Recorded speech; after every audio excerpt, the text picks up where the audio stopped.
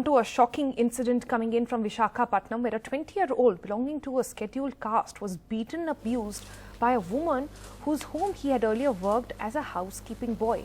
His crime? Well, he stole her iPhone. The CCTV footage on your screen, accessed from the house, shows that the youth seated on the ground while 7 others surround him and seem to be confronting him. Visuals show him being beaten with sticks even as he falls at the feet of the woman. He is subsequently forcibly, his head is shaved off as well. Now, Uma Sudhir joins us for more on this. Uma, he stole an iPhone and this is what he got. Is there a case now, not just of the alleged robbery, but on the torture of this guy?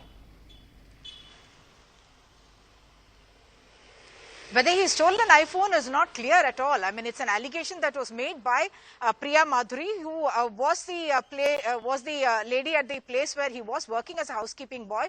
She happens to be the wife of a film producer and therefore someone who's well known. He was on the Bigg Boss Telugu, Telugu season, and therefore the attention more, I would think. But yes, the incident itself very shocking.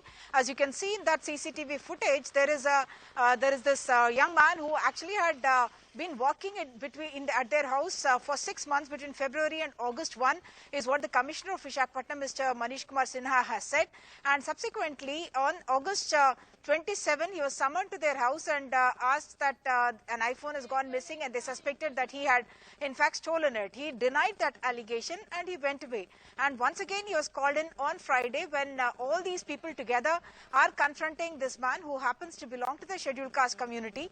And you can see that that woman is actually using sticks and rods to beat him up, and he's actually falling at her feet, asking for forgiveness. One doesn't know whether he admitted to having stolen it, but there does not seem to be any indication at all that he has stolen the iPhone. But what is more shocking is that a barber was in fact called in, and in front of everyone he was torn short, and he was then threatened not to report this to any authorities. This man, however, did go into the Pendurthi police station and informed the police there, after which this was taken very seriously, and all the 7 people have been booked under an attempt to murder case and voluntarily causing hurt, and also under the Prevention of Atrocities Against SC/ST Act.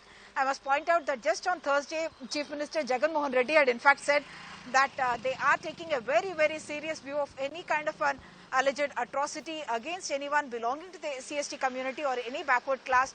And he said, however powerful they may be, even if they are from political families or business communities, we are not going to spare them. And in fact, they had started kind of an initiative, a campaign to sensitize the police force to act proactively in these kind of cases. And therefore, in this particular case as well, they have been booked under the most stringent laws, and the lady has been taken into custody. Of course, her husband is not anywhere in the picture, and there is no allegation against him, so he is not been booked in this particular case.